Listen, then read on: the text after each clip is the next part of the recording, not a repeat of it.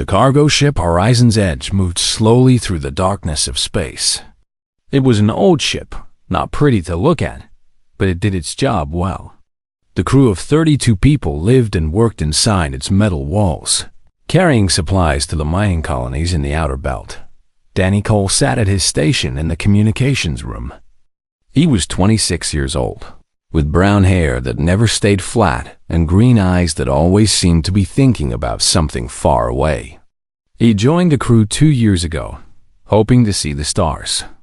So far, he had mostly seen computer screens and cargo lists. It was a quiet night shift. When everything changed, a sound came from his console. It was weak, almost lost in the static of space. Danny leaned forward and adjusted his equipment.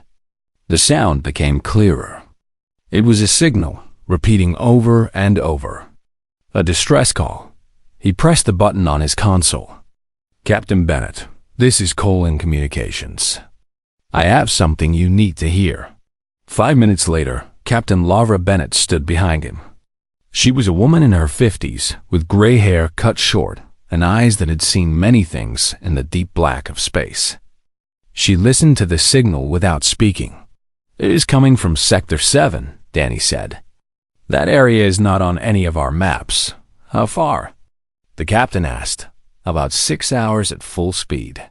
Captain Bennett was quiet for a long moment. The rules said they should report the signal and continue their route. But the rules also said that any ship in distress should receive help if possible. "Change our course," she said finally. "We are going to take a look." The Horizon's Edge turned and headed into the unknown. 6 hours later, they found the ship Dot. It was unlike anything Danny had ever seen. The vessel was long and curved, like a silver fish swimming through the stars. But it was damaged. Holes marked its hull where weapons had torn through the metal. No light showed from inside. It drifted without power, dead in the water. "What kind of ship is that?" someone asked on the bridge. No one had an answer. Captain Bennett organized a boarding party. 8 crew members would go across to search for survivors. Danny raised his hand before he could stop himself. "I want to go," he said. The captain looked at him with surprise. Danny was not a soldier or a rescue worker. He was a communications officer who spent his days listening to radio signals. "Are you sure?" she asked. Danny nodded. He did not know why, but something told him he needed to be on that ship. The boarding party crossed the gap between the 2 vessels in a small shuttle. They entered through a hole in the alien ship's hull, their flashlights cutting through the darkness inside. The air was thin but breathable. The walls were smooth and pale, covered with markings in a language none of them could read. And then they found the bodies. The aliens were tall, nearly 7 feet, with blue skin that had turned gray in death. They wore uniforms of some kind, torn and stained with dark blood. They had been killed by weapons. That much was clear. Whatever had happened here, it had been violent. Danny felt his stomach turn, but he kept moving. The team spread out to search different parts of the ship. He walked down a long corridor alone. The silence was heavy around him. His boots made soft sounds on the floor. He checked room after room, finding nothing but more signs of battle. Then he turned a corner and a wall came down. The metal fell with a crash. That shook the floor. Danny jumped back just in time. When the dust cleared, he found himself cut off from the rest of the team. His radio crackled with static, but no voices came through. He was alone.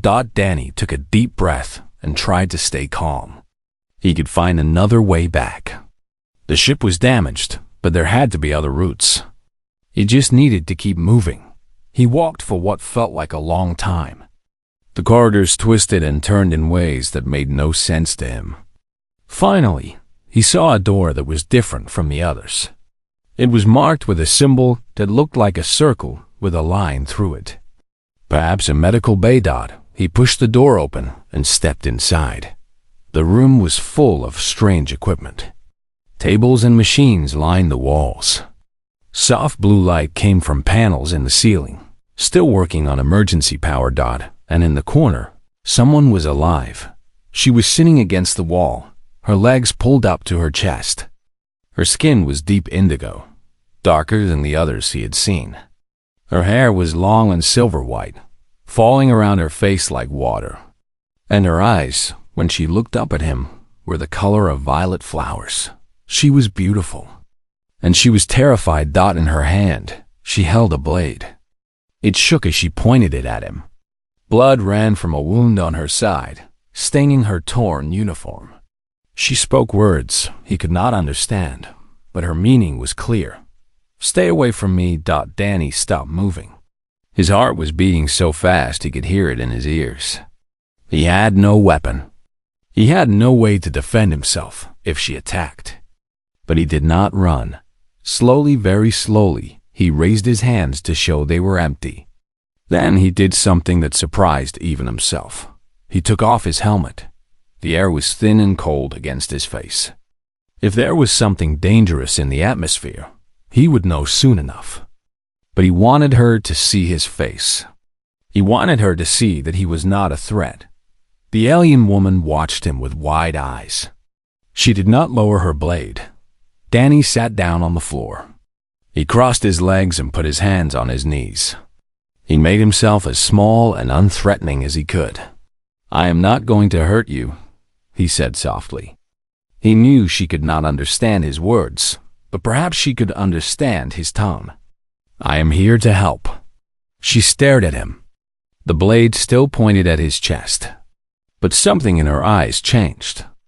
A small flicker of doubt. A tiny crack in her fear.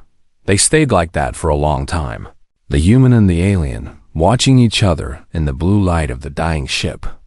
Neither of them moved. Neither of them looked away. Danny did not know what would happen next. He did not know if his crew would find him. He did not know if this woman would kill him or trust him. But he knew one thing with perfect certainty. His life had just changed forever. The rescue took 3 more hours. Danny sat on the floor of the medical bay the entire time. He did not move. He did not try to get closer to the alien woman. He just sat there, breathing slowly, showing her that he meant no harm. At some point, her arm grew tired. The blade lowered, just a little. Then a little more. She never put it down completely, but she stopped pointing it at his heart. When the rescue team finally cut through the blocked corridor and found them, Danny told them to stay back. He approached the alien woman alone, his hands still raised. She was weak from blood loss and could barely stand. When he offered his hand, she looked at it for a long moment. Then she took it. They brought her back to the horizon's edge and put her in a secure medical bay.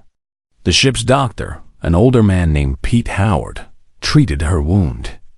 It was deep but clean. She would live. The crew did not know what to do with her. Some wanted to lock her in a cell. Others thought they should contact Earth immediately. A few suggested they leave her on her damaged ship and pretend they never found her. Captain Bennett listened to all of them. Then she made her decision. "She is a survivor who needed help," the captain said. "We gave her that help. Until she shows us she is dangerous, we will treat her as a guest, not a prisoner." Not everyone agreed, but the captain's word was law on the horizon's edge. Danny visited the alien woman every day. At first, she would not look at him. She sat in the corner of her room, her knees pulled to her chest, her violet eyes watching the door like she expected soldiers to come through at any moment. Danny brought her food. The kitchen crew had no idea what aliens ate, so they made a little of everything. Fruits, vegetables, bread, meat. He put the tray on the floor near her and then sat down against the opposite wall. He talked to her while she ate. He told her about the ship, about the crew, about Earth. He knew she could not understand him, but he thought maybe his voice would help her feel less alone. On the 3rd day, she spoke. It was just one word, soft and musical, in a language that sounded like wind through leaves. Danny did not know what it meant, but it was a start. He went to find Beth Russo. Beth was the ship's engineer, a young woman with dark curly hair and a mind that never stopped working. She spent her days fixing broken machines and building new ones from spare parts. Danny told her what he needed. "You want me to build a translation device?" Beth asked. "For an alien language we have never heard before?" "Yes," Danny said. Beth laughed. "That is impossible. Can you try?" She looked at him for a long moment. Then she shook her head and smiled. "Fine, but you owe me." It took Beth 2 weeks. She recorded the alien woman's voice. She compared the sounds to every language in the ship's database. She built a small device that could analyze speech patterns and find connections. The first time they tested it, the translation was terrible. Broken words and strange sounds that made no sense, but it was a start. Danny kept visiting. Every day, he sat with the alien woman and talked.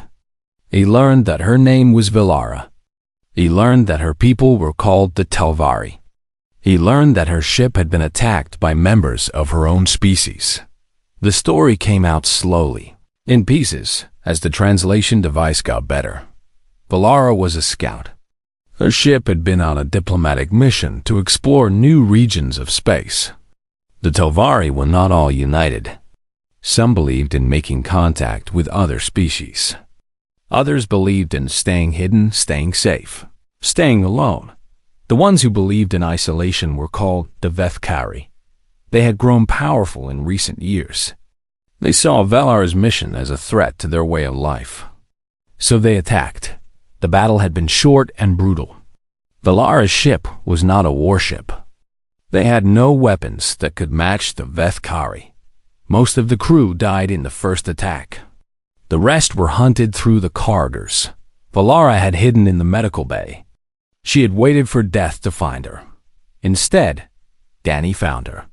"Why did you help me?" she asked one evening. The translation device had improved enough that they could have real conversations. Now Danny thought about the question. "Because you needed help," he said. "But I was a stranger. An alien. You did not know if I was dangerous." "That is true," Danny admitted. "But you were hurt. And scared. I could see that much." Valara was quiet for a moment. "Among my people, help is never free. Everything has a price. Everything is a trade." "That sounds lonely," Danny said. "It is the way things are." "Not for us," Danny said. "Not always." He brought her things from Earth. Music, because she seemed to like sounds. Pictures of mountains and oceans and forests. Books, even though she could not read them yet. She touched each item carefully, like they were precious things. "Your world is very blue," she said once, looking at a picture of the Pacific Ocean. "And very green," Danny added. "And brown and white and 100 other colors. It sounds beautiful." "It is. Someday, maybe you will see it." Valara looked at him with those violet eyes. There was something in her face that Danny had not seen before. Something soft. "You are strange," she said. "Your people are very strange." Danny smiled. "We get that a lot." The weeks passed. The horizon's edge continued its journey back to Earth, and somewhere along the way, something changed between Danny and Valara. They started eating meals together. They walked through the ship's corridors side by side. When crew members stared at them, Valara held her head high and did not look away. She was learning. Learning about humans. Learning about kindness without cost. Learning that not everyone wanted something from her dot, and Danny was learning too. Learning about the Telvari. Learning about a woman who had lost everything but refused to give up. Learning that courage did not always mean fighting. Sometimes it meant trusting someone when everything in your past told you not to. One night, they sat together in the small room that had become Valara's home. She was looking at a picture of Earth again. "Your people fight wars," she said. "I have read about it. Terrible wars that killed millions. Yes, Danny said. He could not deny it. But you also help strangers. You cross the darkness of space to answer a call from someone you do not know. We do both, Danny said. We are not perfect. We make mistakes. We hurt each other. But we also try to be better. Valara set the picture down. She looked at him for a long time. I think I am beginning to understand, she said quietly. Understand what? She did not answer. But when Danny stood to leave, she reached out and touched his hand. Just for a moment. Just enough to say something that words could not express. Danny walked back to his room with his heart beating fast. He did not know what was happening between them. He did not know what it meant, but for the first time in his life, he felt like he was exactly where he was supposed to be. 1 month had passed since they found Valara. The horizon's edge was 3 weeks away from Earth. The crew had grown used to their alien guest. Some still watched her with suspicion. Others smiled at her in the hallways. A few had even tried to learn words in her language. Valara was no longer kept in the medical bay. She had a small room of her own now, with a window that looked out at the stars. She was free to walk the ship, to eat in the dining hall, to visit the observation deck whenever she wanted. But she was not truly free. Everyone knew that. When they reached Earth, her fate would be decided by people with more power than anyone on this ship. Danny tried not to think about it. He focused on the present, on the time they had now. But the question hung over both of them. Like a dark cloud. It was late evening when Danny found her on the observation deck. The deck was a small room at the front of the ship with a large window that showed the universe in all its glory. Stars filled the darkness like scattered diamonds. A distant nebula glowed pink and purple against the black. Valara stood alone at the window. Her silver hair fell down her back. Her hands were clasped in front of her. She did not turn when Danny entered, but she knew he was there. He walked to stand beside her. For a long time, neither of them spoke. They just watched the stars together. In 2 weeks, we will reach your world, Valara said finally. Yes, what will happen to me? Danny did not have an answer. He wished he did. He wished he could promise her safety, freedom, a home. But he could not lie to her. I do not know, he said honestly. There will be questions. A lot of questions.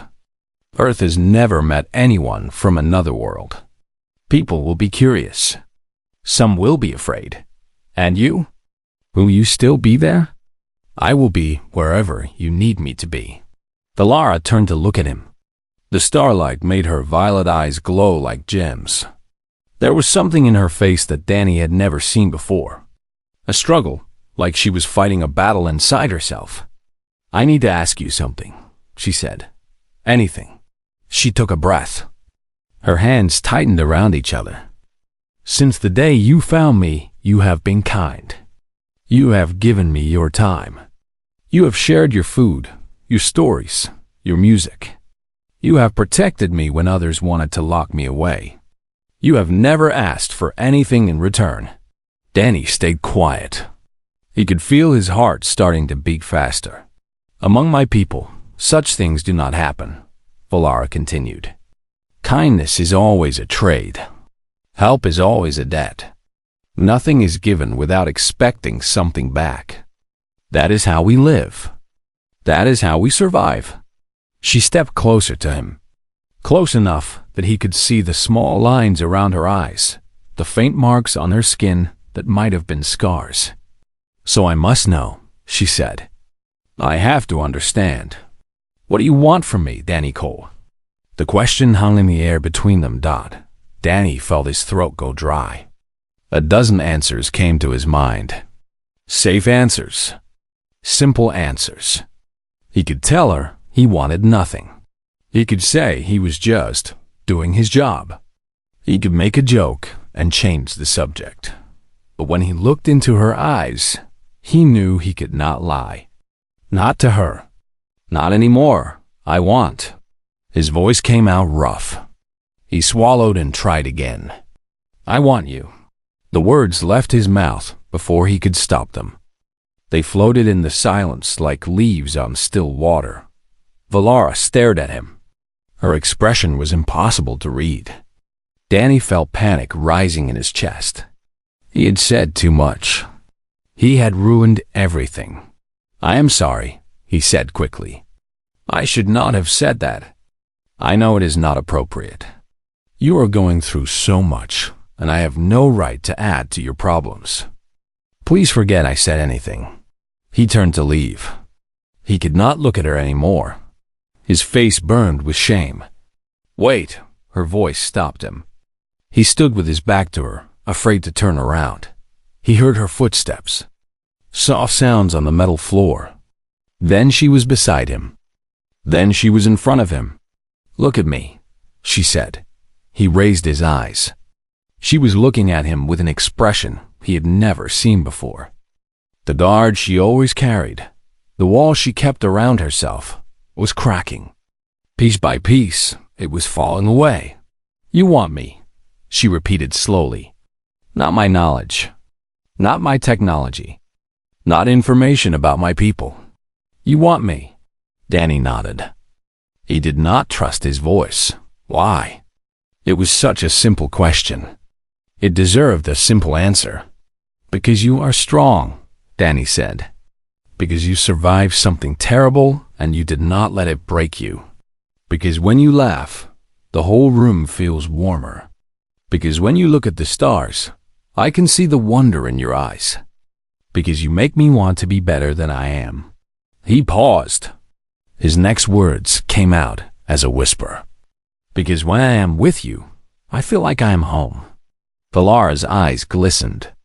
In the starlight, they looked like pools of liquid amethyst. You are strange, she said softly. Your people are very strange. You keep saying that. Because it is true. A small smile touched her lips. Among my people, such words would be seen as weakness. To admit wanting someone, to show such vulnerability, it would make you a target. And what do you think? Danny asked Dawn. She reached up and touched his face. Her fingers were cool against his skin. He stood very still, afraid that if he moved, the moment would shatter. I think, she said slowly, that it might be the bravest thing I have ever heard. Danny felt something shift inside him. A door opening. A wall coming down. So what happens now? He asked. Valara lowered her hand. But she did not step away.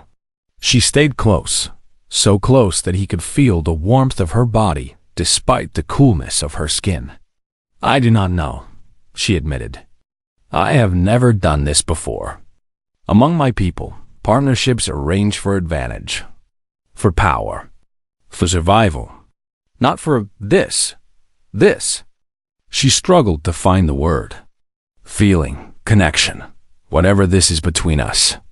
We call it love, Danny said. Love. She tested the word like it was something new and strange. Is that what this is? I think so. Maybe. I do not know for sure. But I want to find out. Valara was quiet for a long moment. The stars wheeled slowly past the window. Somewhere in the ship, the engines hummed their endless song. Then she did something that surprised them both. She took his hand. Then we will find out together, she said. They stood like that for a long time, hand in hand, watching the universe spread out before them. Two souls from different worlds, taking the first steps on a journey neither of them could predict. Danny did not know what waited for them on Earth. He did not know how others would react. He did not know if they had a future at all. But in that moment, with her hand in his and the stars as their witnesses, none of that mattered. They had each other. For now, that was enough. The news reached Earth before they did. Someone on the crew had talked. Maybe they sold the story. Maybe they just wanted to share the incredible news. Either way, by the time the horizon's edge approached the orbital station above Earth, The whole world knew about Velara. Danny watched the news broadcasts in his room with a sinking feeling in his stomach. Some channels called her an ambassador from the stars. Others called her a threat. Politicians argued on talk shows. Scientists demanded access. Religious leaders debated what her existence meant for humanity. And then there were the protests. In cities across Earth, people gathered in the streets. Some held signs welcoming the alien visitor. Others demanded she be sent away or locked up. Fear and wonder mixed together like oil and water, refusing to combine. When the ship docked at the orbital station, they were met by dozens of people. Government officials in suits, military officers in uniforms, scientists with eager eyes and recording devices. And reporters. So many reporters. Captain Bennett tried to keep order. She insisted that Velara was under her protection until a proper plan could be made. But her authority meant nothing up here. More powerful people had already made their decisions. A tall man in a gray suit stepped forward. His name was Director Alan Price, and he spoke for the Global Security Council. "The alien will come with us," he said. His voice was cold. "She will be taken to a secure facility where she can be questioned and examined." Danny stepped in front of Velara. "She is not a prisoner. She came to us for help." Director Price looked at him like he was an insect. "And who are you?" "Danny Cole, Communications Officer." "Then this is not your concern, Mr. Cole. Step aside." No, the word came out before Danny could think. He heard gasps from the people around them. No one said no to the director. Price's eyes narrowed. "You are making a mistake, young man." "Maybe." Danny did not move. "But I will not let you treat her like a thing to be studied." "Danny." Velara's voice was quiet behind him. "It is all right." He turned to look at her. She was calm, her face smooth and unreadable. But he could see the fear in her eyes. "I knew this would happen," she said. "Your people are afraid of what they do not understand. It is the same everywhere in the galaxy. That does not make it right. No, but fighting will only make things worse." She touched his arm gently. "Let me go with them. We will find another way." Danny wanted to argue. He wanted to grab her hand and run. But he knew she was right. They were surrounded. There was nowhere to go. He stepped aside. The security officers closed around Velara and led her away. She looked back at him once, just before she disappeared through a door. Her violet eyes held a message. He could not quite read. Then she was gone. The weeks that followed were the hardest of Danny's life. He was not allowed to see Velara. He was told she was being treated well, but he had no way to know if that was true. He was questioned for hours about everything that had happened on the alien ship. He was told to sign documents promising to keep certain things secret. Captain Bennett fought for him. She used her reputation and her connections to keep him from being locked away too. But there was only so much she could do. Danny stayed on the orbital station. He could not go back to Earth. He could not go anywhere. He just waited, day after day, hoping for news that never came. Then, on the 20th day, everything changed again. An alarm sounded throughout the station. Red lights flashed in the corridors. Danny ran to the command center and pushed through the crowd to see the main screen. His blood went cold. Ships were appearing at the edge of the solar system. Dozens of them. Long, curved vessels that looked like silver fish swimming through the darkness. Talvari ships, but not the kind Velara had come from. These were warships. Their hulls were covered with weapons.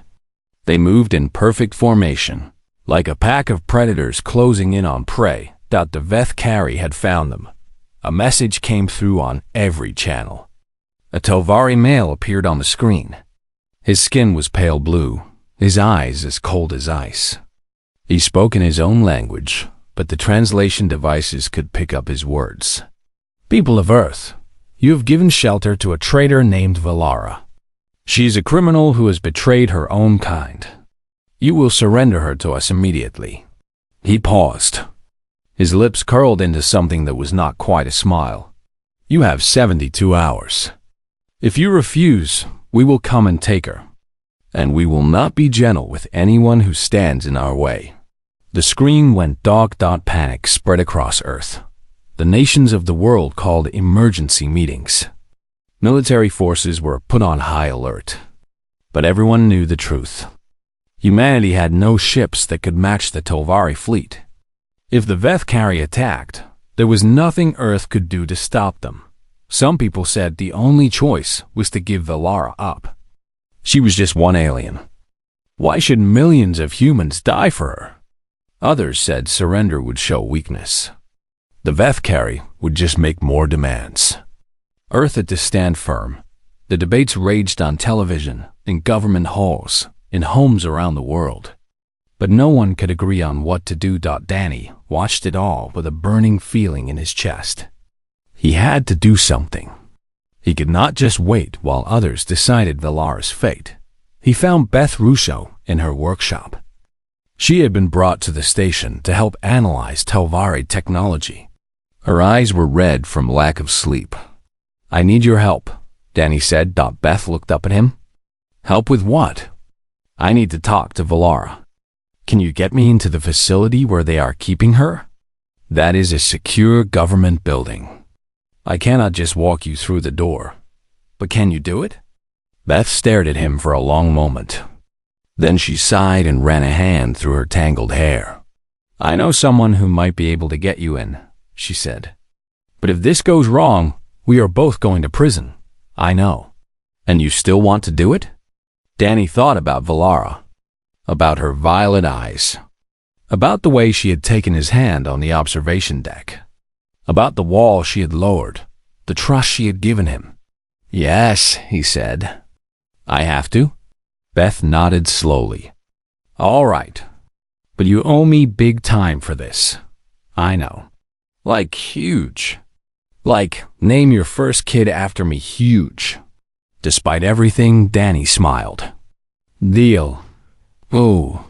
That night, with forged credentials and a prayer on his lips, Danny walked into the most secure building on the station. He had no idea what he was going to do when he found Valara, but he knew he had to try. The facility was cold and white. Danny walked through the corridors with his heart pounding in his chest.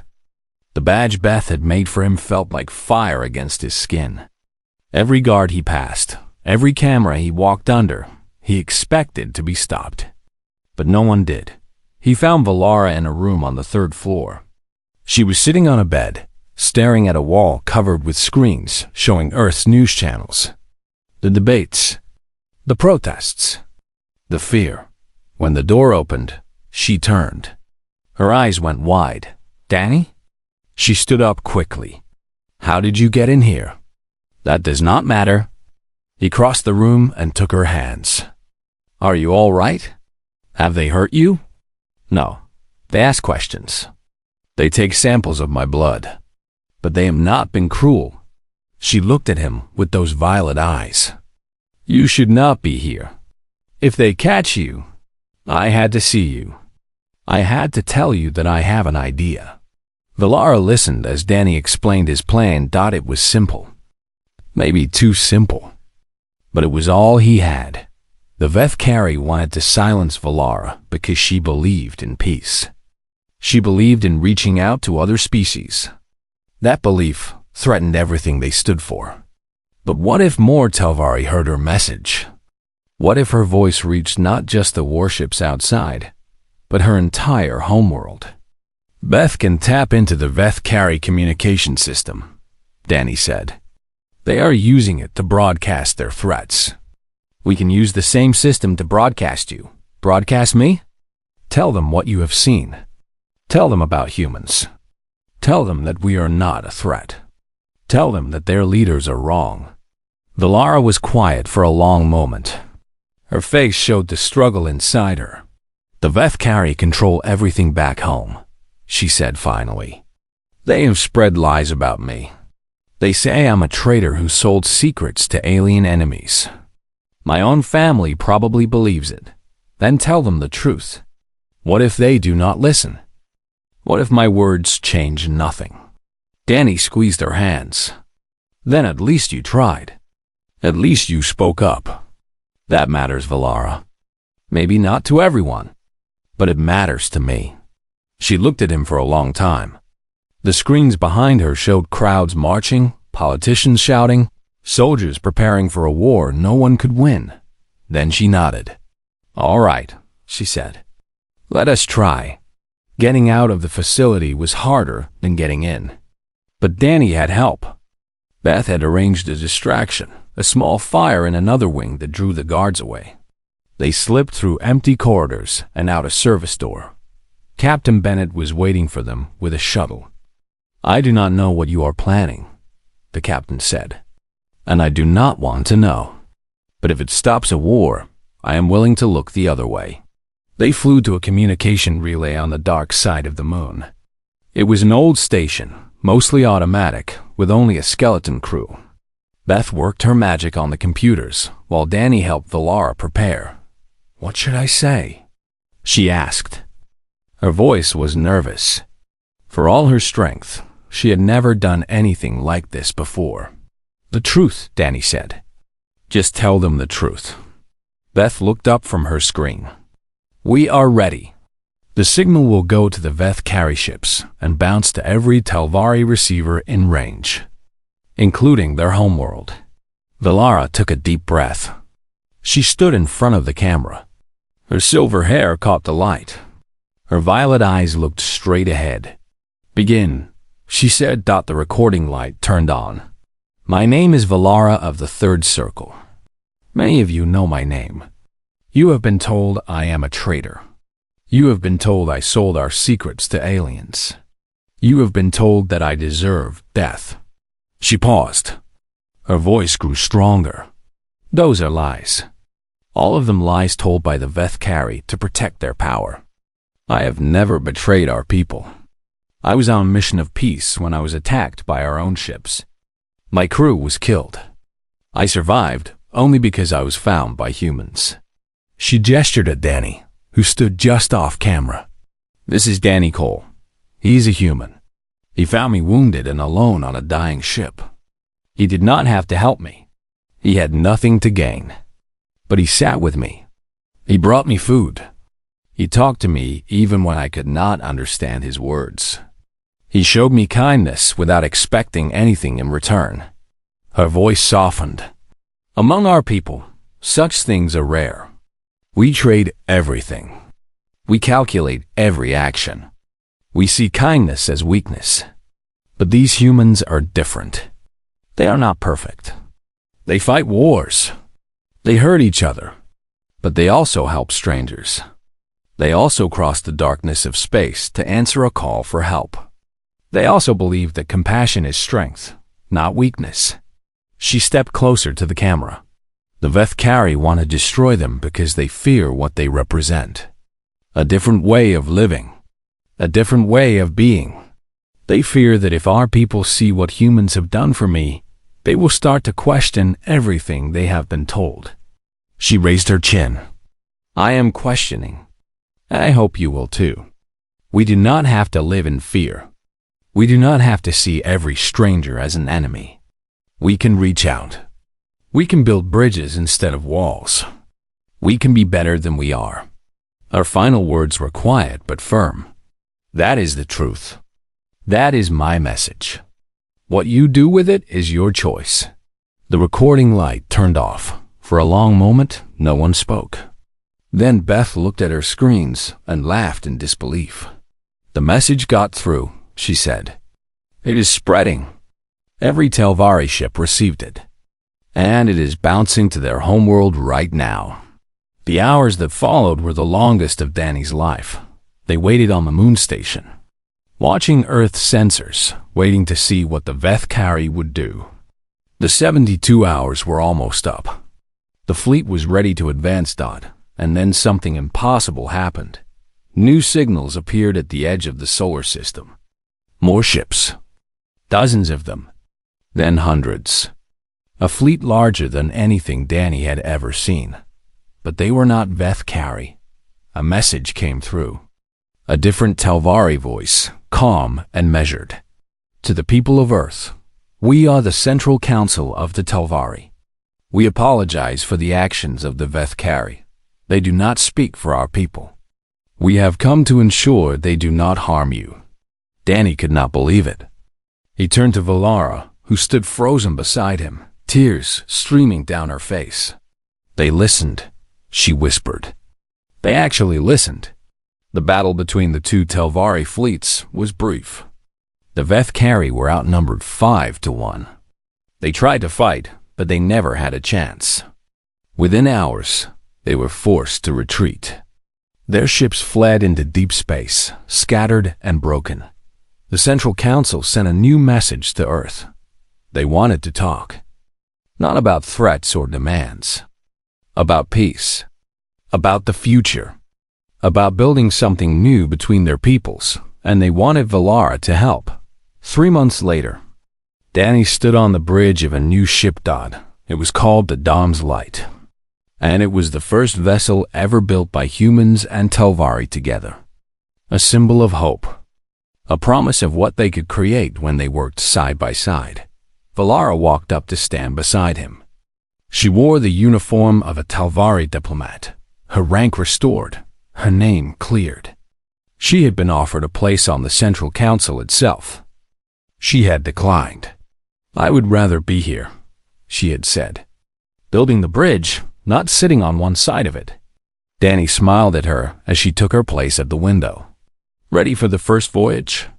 He asked. Ready. She looked out at the stars. You know, when you told me what you wanted that night on the observation deck, I thought you were crazy.